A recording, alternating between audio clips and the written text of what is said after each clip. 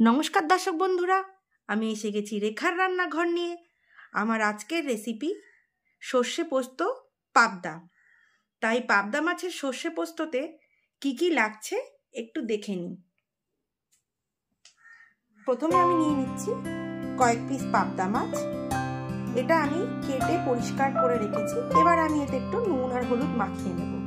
খুব সামান্য উপকরণ দিয়েই হয়ে যায়, আর খেতেও খুব সুস্বাদু রান্না। আর এটা বাঙালির অত্যন্ত প্রিয় একটি জনপ্রিয় পদ। তো আমি নিয়ে নিয়েছি পাবদা।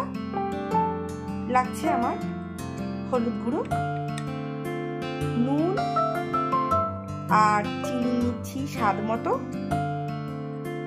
পোস্ত, সাদা সর্ষে আর কালো সর্ষে। এই উপকরণটা আমার সমান সমান মাপে লাগছে। আর নিচ্ছি কটা কাঁচা লঙ্কা, ধনেপাতা, সর্ষের তেল। এবারে আমি মাছটায় নুন আর হলুদ মাখিয়ে ভেজে রাখবো। মিক্সি জারের বাটিতে আমি একটা পেস্ট তৈরি করব। তাতে আমি সর্ষে, পোস্তগুলো আর কালো সর্ষে পোস্ত যা আছে সব আমি একবারে নিয়ে নিলাম। দিয়ে নিচ্ছি কটা কাঁচা লঙ্কা, দুটো কাঁচা লঙ্কা দিলাম, এক চিমটে নুন দিচ্ছি। দিয়ে এটা একটা সুন্দর মতো পেস্ট তৈরি করে রাখবো রান্নার আগেই। ওভেনে একটা ফ্রাই প্যান নিয়েছি, নিয়ে আমি এতে গ্যাসের ফ্লেমটা অন করলাম, করে আর দিয়ে নিচ্ছি ভাজার জন্য সামান্য সর্ষের তেল। এবার মাছটা আমার এই তেলে ভাজা করব। গ্যাসের ফ্লেমটা একটু বাড়িয়ে নিলাম।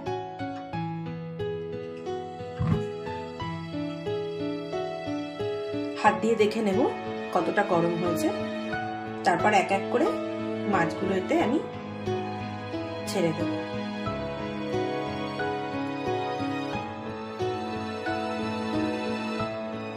তেলটা আমার গরম হয়ে গেছে। একটু হাই ফ্লেমে তেলটাকে গরম করে নেব, যাতে তেলের যে ঝাঁঝটা বেরিয়ে যায়, কাঁচা গন্ধটা চলে যায়। এবার আমি আঁচটা নিভু করে দিচ্ছি, কেন পাবদা মাছ যখনই তেলে পড়ে তখন খুব ফাটতে শুরু করে। তাই একদম নিভু আঁচ করে নিলে ফাটার সম্ভাবনাটা কম থাকবে।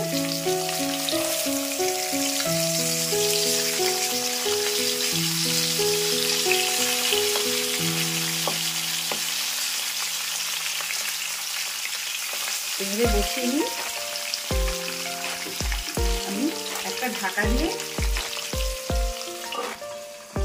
ভাজতে থাকবো। এইভাবে এপিট ওপিট করে মাঝারি আঁচে মাঝারি ভাবে ভাজবো। অনেকটা ডিপ ফ্রাই বা ভাজা করবো না, খুব লাল লাল করে মাছটা ভাজবো না। খুব লাল লাল করে ভাজলে মাছের যে স্বাদটা সেটা অনেকটা নেমে যায়। তাই মাঝারি আছে মাঝারি ভাবে ভাজবো।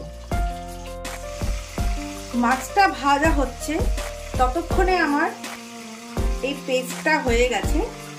এই পেস্টের মধ্যে আমি এবারে আগে থেকে রেডি করে রাখছি, দিয়ে নিচ্ছি হলুদ। খুব বেশি হলুদ দেব না। নুন আমি আগেই দিয়েছি, মাছ ভাজার সময় নুন দিয়েছি, তাই নুনটা আমি আন্দাজ মতো দিচ্ছি। আর আমি দিয়ে নিচ্ছি সামান্য সর্ষের তেল। এই দিয়ে আমি মশলাটাকে একটু ফাইন পেস্ট তৈরি করে রাখবো। এতে আমি এক্ষুনি চিনি অ্যাড করছি না,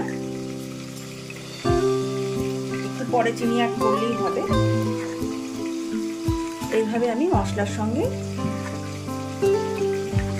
মিশিয়ে রাখছি।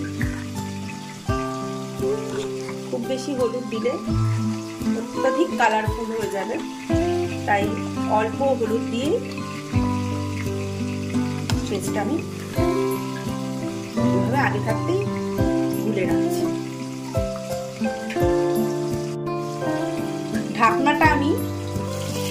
তুলে নিচ্ছি।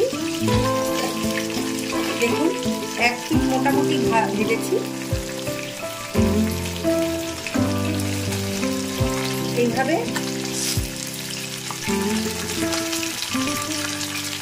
হালকা করে একদম অল্প আঁচে ভালো করে বিশুদ্ধ করে আমি ওপরে উল্টিয়ে মাছটা ভেজে নিয়ে আবার ঢাকা দিয়ে রাখবো। মাছটা আমি ভেজে একটা প্লেটে করে তুলে রেখেছি। এইবারে আমার বাকি রান্নাটা করব। গ্যাসের ফ্লেমটা আমি আবার অন করে নিলাম। ফ্রাই প্যানেতে যে সর্ষের তেলটা আছে তাতে আর আমি নতুন করে সর্ষের তেল অ্যাড করছি না। আপনাদের প্রথমেই দেখাতে ভুলে গেছি, আমি তাই বলে দিচ্ছি। আমি এখানে ফোড়নের জন্য কালো জিরেটা অ্যাড করতে ভুলে গেছিলাম, তো আমি প্রথমেই ফ্রাই প্যানে দিয়ে নিচ্ছি সামান্য ফোড়নের জন্য, সুগন্ধের জন্য কালো জিরে।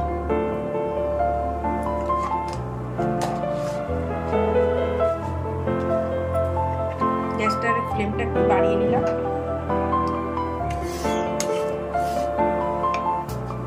এবার আমার পেস্টটা যে আছে, পেস্ট মশলাটা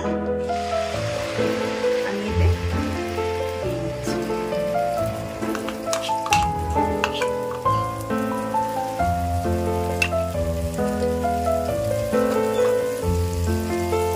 একদম ধিমে আছে মশলাটাকে সামান্য একটু ভাজা ভাজা করে নেব। সঙ্গে আমি অ্যাড করছি সামান্য চিনি। সর্ষে আর পোস্ত এমন একটা জিনিস, অতিরিক্ত ভাজা ভাজা করলে তেতো হয়ে যাওয়ার খুব চান্স থাকে, তাই সামান্য একটু নাড়াচাড়া করে আমি বাটি ধোয়া জলটা যেটা ছিল মিক্সিতে, বাটি ধোয়া জলটা আমি দিয়ে দিলাম। আর সামান্য একদম আঁচটা নিভু করে দিচ্ছি। তাতে আমি আরেকটু বাটি ধোয়া জল অ্যাড করছি। বাটি ধোয়া জলটা আমি এবার এতে অ্যাড করলাম। আর সামান্য একটু জল আমি এতে দেব।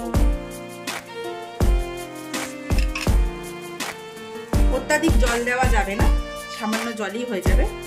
হয়ে গেছে আমার দেওয়া। এইবারে হালকা করে একদম ধিমে আছে মশলাটাকে আমি এভাবে মিশিয়ে দেব।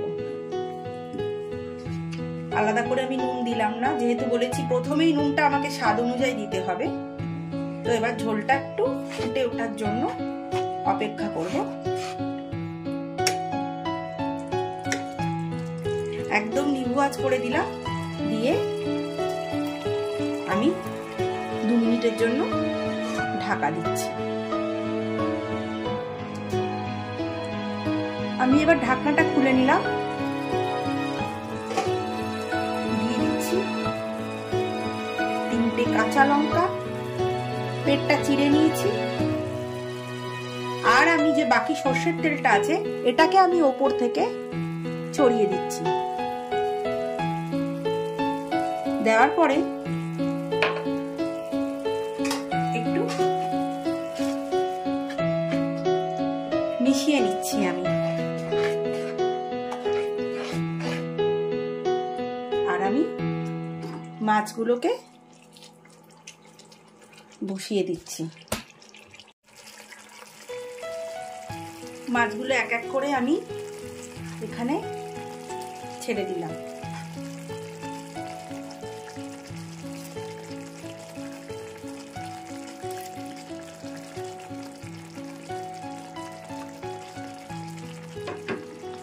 আর ওপর থেকে আমি ধনেপাতা ছড়িয়ে দিচ্ছি। আজ কিন্তু আমি সেই ধিমে আঁচ করে রেখেছি, একদম সিম। দেওয়ার পরে মাছগুলোকে একটু এপিট ওপিট করে নিচ্ছি।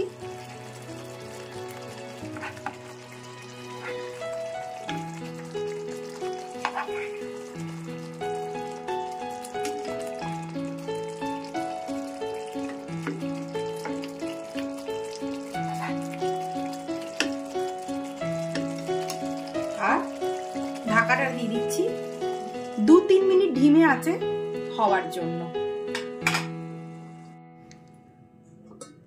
ঢাকাটা আমি খুলে নিচ্ছি। দেখুন মাছে যে জলটা রয়েছে তো সেটা মোটামুটি মাছের ভেতরে যাওয়া দরকার, যাতে মাছটা একটু বয়েল হয়। তো দর্শক বন্ধুরা, আমার এই রেখার রান্নাঘর চ্যানেলটিকে লাইক করুন, কমেন্ট করুন, শেয়ার করুন। আমার যারা নতুন নতুন ভিউয়ার্স আছেন তারাই দর্শক বন্ধুরা আপনারা আপনাদের বাড়িতেই এই রেসিপিগুলোকে রান্না করে খান এবং আমাকে জানান যে আপনার আজকে রেসিপিটা কেমন লাগলো। কমেন্ট বক্সে অবশ্যই আপনার কমেন্ট দিতে ভুলবেন না, যাতে আমি পরবর্তী রান্নাগুলো আরো সুন্দর করে রান্না করতে পারি। তো এইভাবেই আপনারা আমার সঙ্গে থাকুন, যাতে আমি নতুন নতুন রান্না করার আরো উৎসাহ পাই। তো বন্ধুরা, এবার আমি ঢাকা দিয়ে রাখছি আর গ্যাসের ফ্লেমটা অফ করে রাখছি। আমার রান্না হয়ে গিয়েছে। গ্যাসের ফ্লেম অফ করার পরে আমি 2 মিনিট রেস্ট দেব, যাতে তার তেলটা মশলার গায়ে ওপরে ভেসে ওঠে। আমার পাবদা মাছ রেডি পরিবেশনের জন্য। দুর্দান্ত একটি রেসিপি, খুব অল্প উপকরণেই হয়ে যায় আর খেতেও খুব ভালো। বাঙালির অত্যন্ত জনপ্রিয় একটি রেসিপি। এইভাবে আপনারা বাড়িতে তৈরি করে খান। অবশ্যই গরম ভাতে 1 থালা ভাত চেটে পুটে খাওয়া হয়ে যাবে। আপনারা এইভাবেই তৈরি করুন।